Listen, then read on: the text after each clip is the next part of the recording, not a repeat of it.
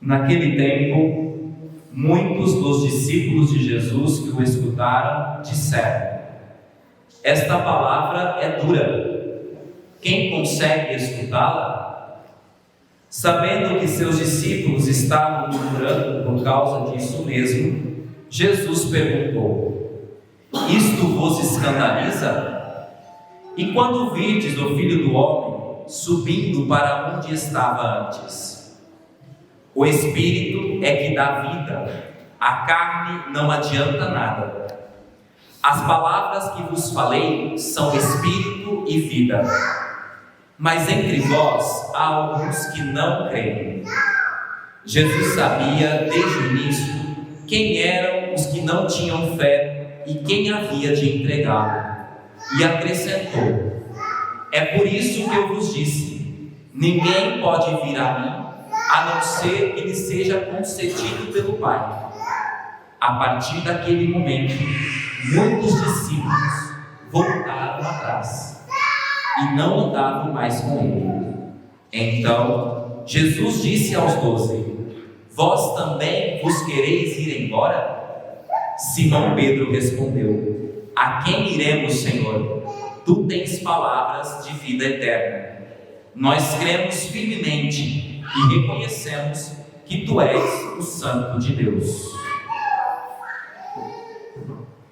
Palavra da salvação. Glória a vós, Senhor. Queridos irmãos e irmãs, a liturgia deste 21º domingo do tempo comum quer nos iluminar a respeito da nossa capacidade de escolher o caminho da vida eterna. Ao longo da vida, nós vamos ser colocados diante de inúmeras escolhas entre a vontade de Deus e a nossa vontade. A todo instante nós temos que escolher como viver de uma maneira que agrade a Deus. Notem o que nós pedimos na oração da coleta de hoje: concedei, Senhor, aos vossos fiéis amar o que ordenais, ou seja, amar a vontade de Deus, para que na instabilidade deste mundo os nossos corações estejam ancorados, apoiados, firmados, sustentados onde se encontram as verdadeiras alegrias, no céu. Então, nós estamos pedindo a Deus que Ele nos auxilie nessas escolhas que temos que fazer. A primeira leitura é um clássico exemplo dessa escolha. O povo estava diante do caminho de escolher entre os deuses pagãos e o Deus verdadeiro. E Josué, como um líder daquele povo, ele convoca então uma assembleia. Ele reúne o povo em assembleia, a fim de que o povo, escolhendo o Deus verdadeiro, renovassem a sua aliança para com Deus. Josué, ao convocar o povo, ele se adianta e ele diz com firmeza: olha, quanto à escolha de vocês, eu não sei o que vocês querem para a vida de vocês, mas eu e minha casa, nós vamos servir ao Senhor. A minha escolha já foi feita, nós vamos servir ao Senhor. Diante desse testemunho de Josué, de líder, e aqui nós vemos a responsabilidade que o líder tem. Quando o líder escolhe um caminho, ele arrasta uma multidão atrás dele. Veja, Josué escolheu o caminho da verdade, e o povo respondeu positivamente, dizendo que também eles, pelos inúmeros benefícios que eles tinham recebido de Deus, eles não iriam abandonar a Deus. E eles então concluem: nós também vamos servir ao Senhor. Então Josué e o povo optaram pelo Deus verdadeiro. No Evangelho nós temos uma cena bem semelhante. Nós estamos ouvindo já há vários domingos o capítulo 6 do evangelista São João, e trata-se do discurso sobre o pão da vida. E Jesus, nesse discurso, ele diz palavras estarrecedoras. Vamos nos colocar no contexto de Nosso Senhor. Por exemplo, quando ele diz: se não comerdes a carne do Filho do Homem e não beberdes o seu sangue, não tereis a vida em vós mesmos. Hoje nós sabemos e temos certeza que Jesus é Deus. Essas palavras não nos soam como um escândalo. Mas imagine no contexto de Nosso Senhor ouvir estas palavras: se não comerdes a minha carne, se não beberdes o meu sangue, não tereis a vida eterna, não tereis a vida em vós mesmos. Vejam, diante dessas palavras, muitos escolheram abandonar o caminho de Jesus. Não, são palavras fortes demais. Já é muito para mim. Não consigo assimilar essa verdade. Como assim? Se eu quero ter a vida eterna, eu tenho que comer a sua carne, eu tenho que beber o seu sangue. Como assim? Então muitos vão embora. E aí nós entramos no contexto desse evangelho de hoje. Jesus afirma e diz categoricamente aos seus apóstolos: e vocês querem ir embora também? Olha que Jesus se colocou numa posição de risco de ficar sem nenhum seguidor. Mas Jesus não está preocupado com isso. Jesus, ele não está preocupado com admiradores da sua missão. Ele não quer admiradores, ele quer seguidores. Ele quer homens e mulheres, discípulos fiéis à sua palavra. É isso que ele quer, é isso que ele espera. Por isso ele não mede as palavras para dizer: o que vocês querem para a vida de vocês? A quem vocês querem servir? Os apóstolos têm que escolher. Veja o mesmo cenário da primeira leitura. Eles têm que escolher. E o que eles escolhem? Aqui um outro líder se coloca à frente, Simão Pedro, o líder dos apóstolos. A quem iremos, Senhor? A quem iremos? É como se ele dissesse assim: olha, Jesus, eu não compreendo as suas palavras. Elas são duras, elas são difíceis de seguir, mas a quem iremos? Só tu tens palavras de vida eterna. Te custa servir, Senhor, mas as suas palavras, elas são espírito e vida. As suas palavras são palavras de vida eterna. Por isso, Jesus, nós escolhemos te seguir. Nós escolhemos permanecer contigo. Vejam, lá na primeira leitura, Josué convida o povo a fazer uma aliança, a renovar a aliança com Deus. Aqui, novamente, Jesus quer estabelecer uma aliança com os seus apóstolos. É uma aliança que ele quer fazer, tal como lá na primeira leitura. Essa aliança nosso Senhor quer fazer também conosco, com cada um de nós. Então, a pergunta que Josué faz na primeira leitura e a pergunta que Cristo faz no Evangelho de hoje, ela se dirige a mim e a você. A quem você quer servir? As palavras de Cristo são exigentes, exigem de nós conversão, mudança de vida, decisão. A quem você quer servir? Essa palavra é atual, irmãos e irmãs, é para cada um de nós. Agora vejam, essa aliança que nós temos que ter para com Deus, essa escolha que fazemos em pertencer ao seu povo, ela tem um modelo. Como deve ser essa aliança?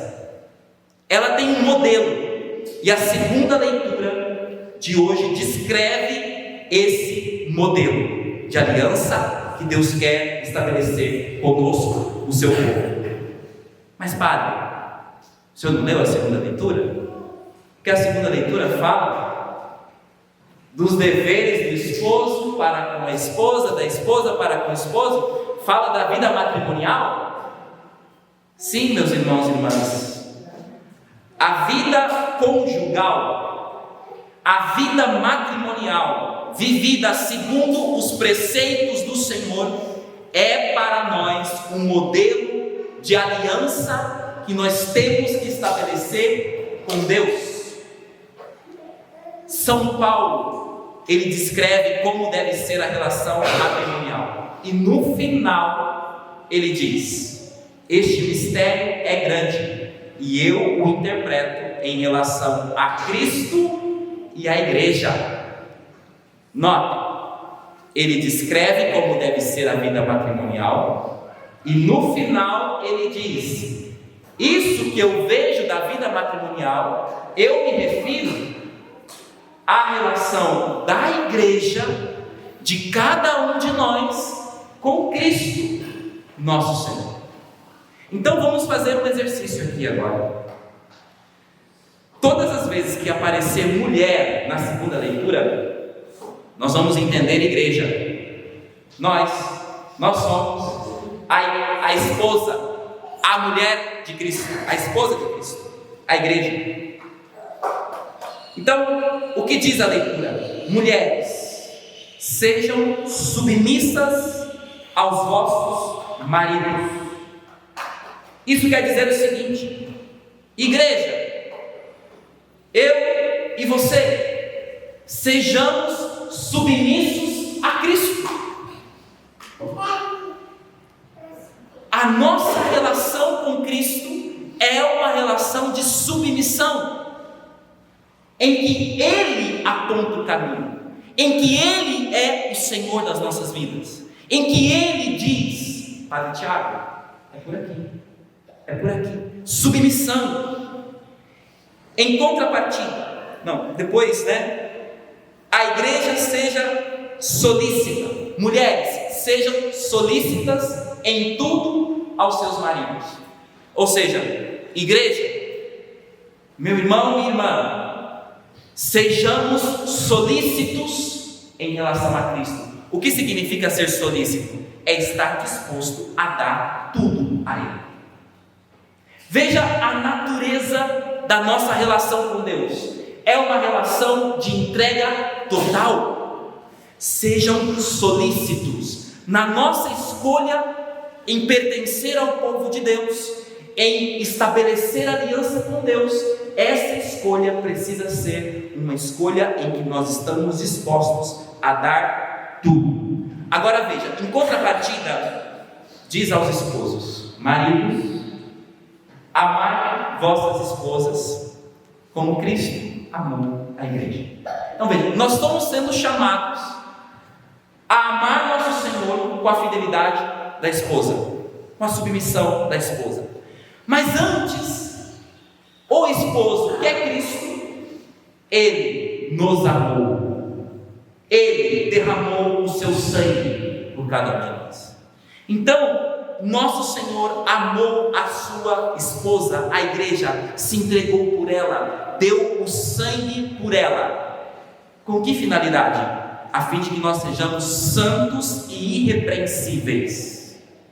Ou seja, irmãos e irmãs, a aliança que nós fazemos com Deus, ela nos santifica. Quando nós escolhemos a Deus e não as coisas do mundo, nós vamos nos santificando. E diz mais a leitura, falando dos deveres do esposo: Cristo, o esposo, alimenta a esposa, cerca de cuidados. É o amor com que Deus nos trata, com que Cristo nos trata. Ele nos cerca de carinho, nos cerca de cuidados. E por que faz isso? Porque uma vez que nós fazemos aliança com Ele, nós somos parte do seu corpo. Nós nos tornamos com Cristo uma só carne. Notem, São Paulo diz: o homem deixará seu pai e sua mãe e se unirá à sua mulher, e os dois serão uma só carne. Este mistério é grande, e eu interpreto em relação a Cristo e à igreja. Então, qual é a finalidade da nossa aliança com Deus? Ser com Ele uma só carne. Entendem, irmãos e irmãs, que essa leitura está ligada ao capítulo 6 do Evangelho de São João? Aquele que comer a minha carne, aquele que beber o meu sangue terá vida em nós mesmos.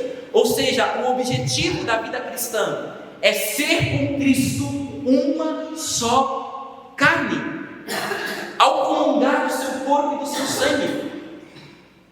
Numa metáfora seria, nós somos chamados a nos casar com Cristo e ser com Ele uma só carne.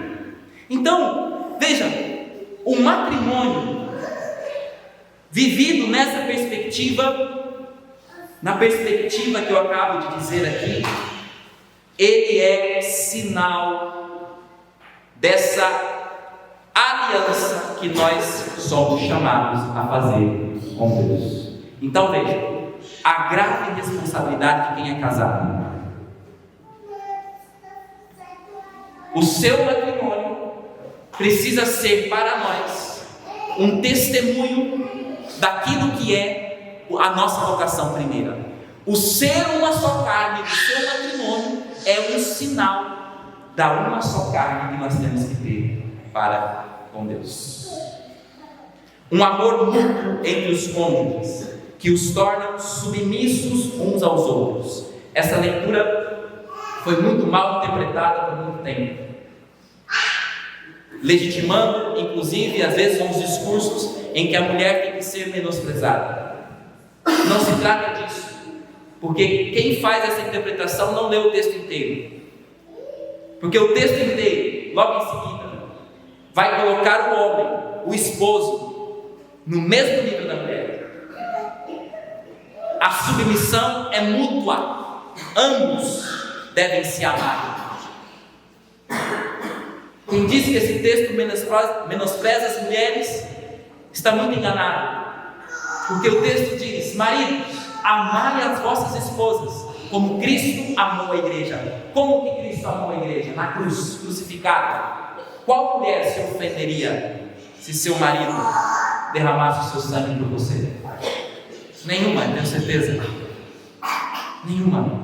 Essa é a vocação do matrimônio, essa é a vocação do esposo: derramar o sangue, dar a vida. Veja, irmãos e irmãs, quero concluir lembrando as propriedades do matrimônio, porque as propriedades do matrimônio, elas refletem como deve ser a nossa comunhão com Deus. Veja, a primeira propriedade do matrimônio é a fidelidade. Os cônjuges prometeram fidelidade um ao outro até o fim. Pois bem, em relação a Deus, nós também temos que ser fiéis. Fiéis a Deus. Os cônjuges, ao receberem o sacramento, prometeram que esse sacramento é indissolúvel. Ele se tornou indissolúvel até que a morte o separe. Indissolúvel. Não se dissolve, não tem como separar. É uma só carne. Pois bem, na nossa relação com Deus, também precisa ser uma relação indissolúvel. A relação matrimonial é uma relação fecunda, é a terceira propriedade, que gera vida. Pois bem, a minha relação com Deus também é chamada a gerar vida. E por fim, a totalidade, um amor total, uma entrega total, a qual os cônjuges são chamados, é também a entrega total que nós temos que ter para com Deus.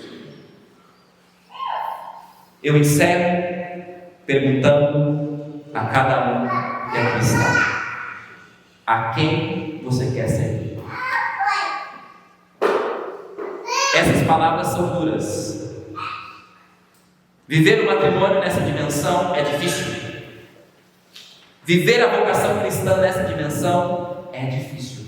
A quem você quer servir? Nós podemos abandonar? Nós podemos não querer? Podemos, porque somos livres. Você pode dizer: não quero mais. Não quero mais seguir o Senhor. Para mim já deu. É muito, pai. É muito. Não quero. Você pode dizer. Mas lembre-se, irmão e irmã, que este mundo é instável. As coisas deste mundo não perduram e não podem nos preencher. Não podem. Portanto, escolhamos a Deus. Vamos responder como Josué: eu e minha casa serviremos ao Senhor. Ou como Pedro: sim, Senhor, a quem iremos? Só tu tens palavras de vida eterna.